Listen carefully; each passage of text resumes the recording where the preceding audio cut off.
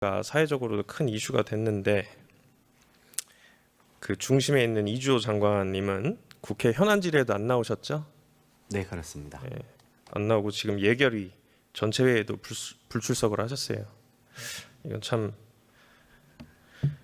역사에 대해서 좀 신경을 쓰는 제 입장에서는 굉장히 좀 강한 유감을 표하고 이러면 안 됩니다. 문제가 일어났고 일어난 문제에 대해서는 끝까지 책임을 지는 모습을 보여야 되는데 사의를 표명했다고 해서 최소한만 일을 하겠다 해서 안 나오는 걸로 오늘 또 불출석 사유에 적혀 있던데 맞나요? 네, 교육부 차원에서는 이 정책을 진행되는 상황들에 대해서 저희가 면밀하게 챙기고 있습니다. 네. 리박스쿨 교육 영상을 보면은 초등학생들에게 이승만 대통령과 박정희 대통령 그러니까 일방적으로 찬양하는 내용으로 좀 구성이 되어 있어요. 그리고 일본군 위안부 할머니들에 대해서도 부정하거나 아니면 일제 식민지 지배로 하여금 우리가 발전했다 하는 그런 역사 왜곡 교육들이 들어가 있습니다. 혹시 차관님께서도 이 영상 보셨나요? 네, 지난번에 현안 질의 이후에 잠깐 살펴봤습니다. 어떻게 생각하시나요? 적절하지 않습니다.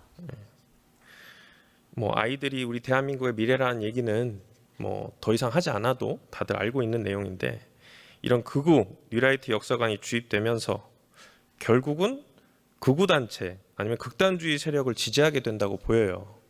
이게 한쪽 역사를 바라볼 때 한쪽만 일방적으로 주입식으로 교육을 받게 되니까 아마 그렇게 되겠죠. 그렇게 되다 보니까 제 생각에는 최근에 벌어졌던 서부지법 사태 같이 이 극단적인 행위를 옹호하는 상황까지 이어질 수도 있는 부분이기 때문에 그 말인즉슨 대한민국 민주주의 공동체를 위협하는 상황까지 된다고 생각이 드는데 저는 교육부가 이런 사안에 있어서는 철저하게 발본색원 해가지고 우리 대한민국의 정통성과 결부되어 있는 이슈 아니겠습니까? 먼저 다른 곳에서 다른 곳들보다도 더 먼저 나서가지고 이 사태에 대해서 해결을 하고 정확한 사실을 밝히려고 해야 될 것 같은데 동의하십니까? 네, 그렇습니다. 네, 다행입니다. 교육부가 지난 16일에 리박스쿨 관련 늘봄학교 강사 전수조사를 했어요. 그래서 관련 기관 6개 단체에서 발급한 자격증을 갖고 있거나 아니면은 늘봄학교 강사로 파견된 강사들이 있는지를 확인했습니다. 거기에 보면은 리박스쿨 당연히 있고 글로리 사회적 협동조합, 한국 늘봄교육연합회 같은 곳들이 있죠. 그래서 결과를 보면 총 43명이 57개 학교 프로그램에 출강을 했고요. 이제 7월까지 57개교 조사를 통해서 교육 중립성 위반이 있는지를 점검하겠다 이렇게 이제 밝혔습니다.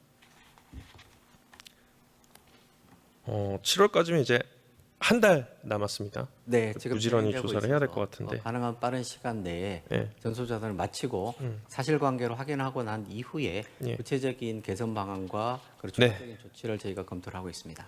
철저하게 해야 되는데 그런데요. 이 자격증 발급 기관에 생명과 교육연구원이라는 곳이 있었는데 이번 조사에서 제외가 됐어요.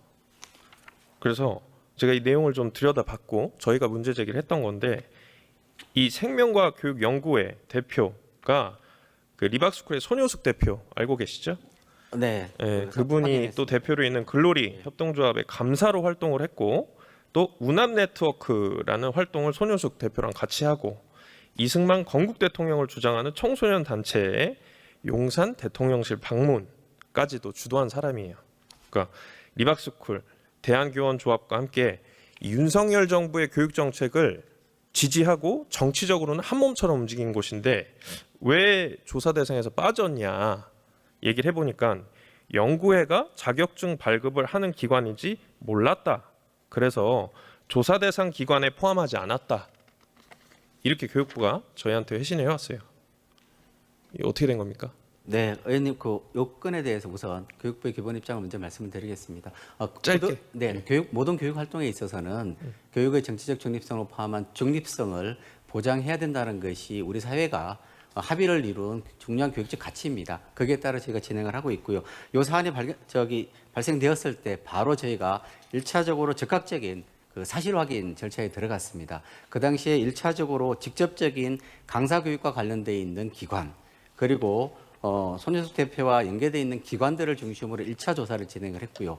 그 이후에 제기됐던 제가 사항에 시간이 많이 대해서는 없는데요. 차관님 저희가 말인 추가적으로 즉슨 조사를 진행을 하고 네, 있습니다. 적극적으로 하겠다. 네, 그렇게 이 하겠습니다. 문제에서 수습하겠다 이 말씀이시죠? 그렇습니다. 그래서 이제 국회하고 언론에서 비판이 일어나니까 부랴부랴 3일 전인 6월 27일입니다.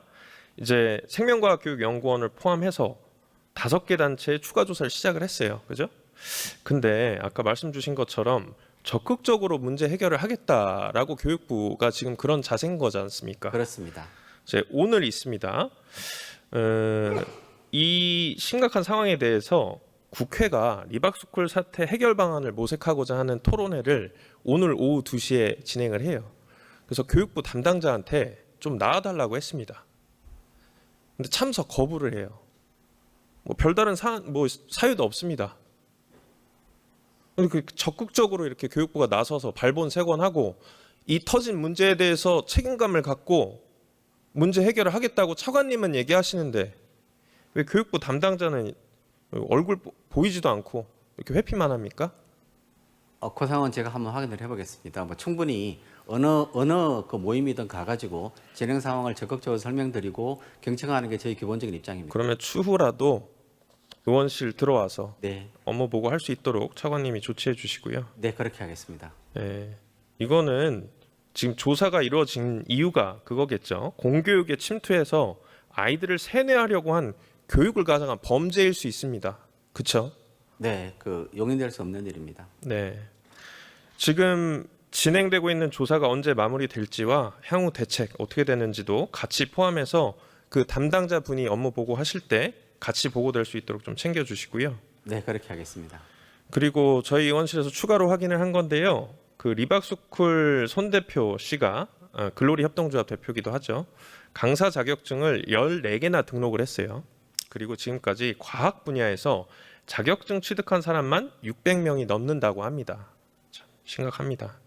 근데 지금 현행 자격기본법이 있죠. 거기에 따르면 민간 자격증 등록은 교육기관이라면 누구나 주무부처에 등록 후에 신설이 가능하고요. 시행령상에도 등록 허용이 원칙으로 되어 있어요. 문제는 정부가 이렇게 민간 자격증 등록 이후에 관리를 잘 안 하고 있는 것 같아 보여요. 아마도 리박스쿨이 그것 때문에 일어난 거겠죠. 그래서 확인을 해보니까 자격증 관련 업무를 맡고 있는 한국직업능력개발원 이곳에서 신규 등록된 자격증에 대해서만 앞으로 2년 정도 관리 감독을 진행을 하고 그 이후에 전수조사나 정기점검이 이루어지지 않은 거예요. 그래서 사실상 민간 자격증 관리 허점이 드러난 거겠죠. 그리고 이제 법에 따르면 주무부 장관이 필요한 경우에는 등록 자격 관리자에게 업무에 대해서 추가 보고를 하게끔 하거나 자료 제출 등을 요구할 수 있어요. 그래서 소관 등록 자격 관련 업무, 지도 감독 등을 할 수가 있는데 이것도 보니까 안 했더라고요. 그러니까 결국은 이런 허점들을 통해 가지고서는 리박스쿨 같은 곳이 지금 우리 대한민국의 어린 아이들을 세뇌하는 거 아니겠습니까? 그죠? 네. 그러니까 제가 보기에는 이게 결국은 어떤 프로젝트가 돼서 국어 어린이 만들기 프로젝트 이 아주 좋은 정책으로 만들어진 늘봄 학교인데 하나의 국어 어린이 만들기 프로젝트 도구로 전락한 것 같아요. 그래서 이런 세력들이 공교육 진입을 막기 위해서라도 민간 자격증 취득 현황에 대해서 보다 적극적인 관리, 그다음에 감독이 필요하다고 저는 이제 생각을 하는데 네. 그 부분에 동의하시나요? 네, 제가 그러면 네, 어떻게 네, 지금 이렇게 방치하지 않을지 네, 이런 사태가 또 일어나지 않게끔 할지에 대해서도 같이 네. 보고할 수 있도록 조치해 주세요. 그렇게 하겠습니다.